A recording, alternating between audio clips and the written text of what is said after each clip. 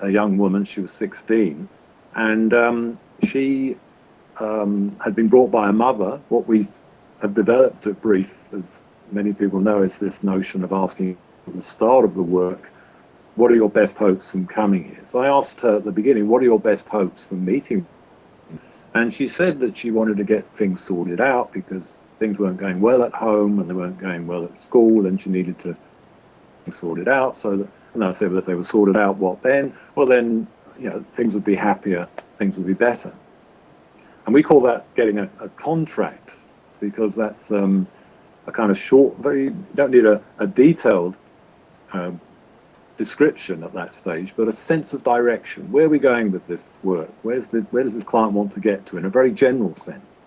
But then we use a version of the miracle question to get what I was talking about earlier, the small detail of what life would look like the next day. But because we've asked people what they're hoping for, and we haven't asked them what the problem is, they often tell us, but we're not asking what the problem is.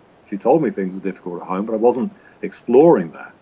So in the old days, one would say, the miracle solves the problems you've brought. But we say, overnight, your best hopes have been achieved. You might need a miracle to solve your problems, but you don't need a miracle to achieve your best hopes. If they are your hopes, they should be possible. So I said to her, so if you achieved overnight what you wanted, well, how would you know the next day? So that was what I was working for. So as I got to the end of the question, she said, well, I'll tell you, the main cause of all my problems is me smoking weed. It just came out of the blue. She tells me that's the main problem. It ruins everything, is that her smoking weed. So of course I had to just stop and just check, so what are your best hopes in relationship to that? And she said, well, I'm not going to stop for definite, she says, but I want to obviously reduce it and be more in control of when she actually uses.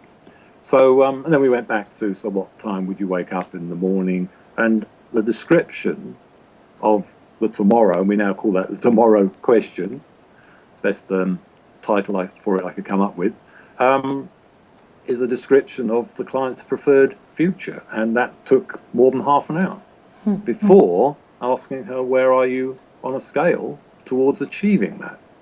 And she said she was at 3.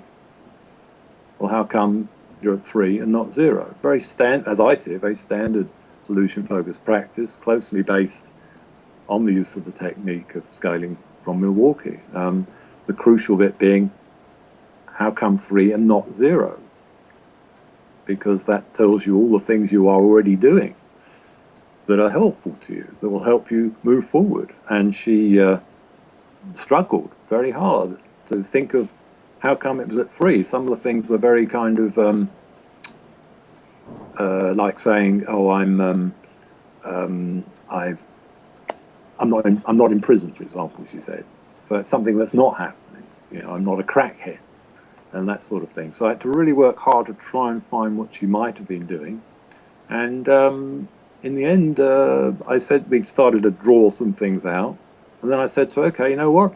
I want to hear 20 things that you've been doing to be at 3 and not 0. It was a bit of a gamble. I might not have reached 20, but felt increasingly convinced she would come up with the goods.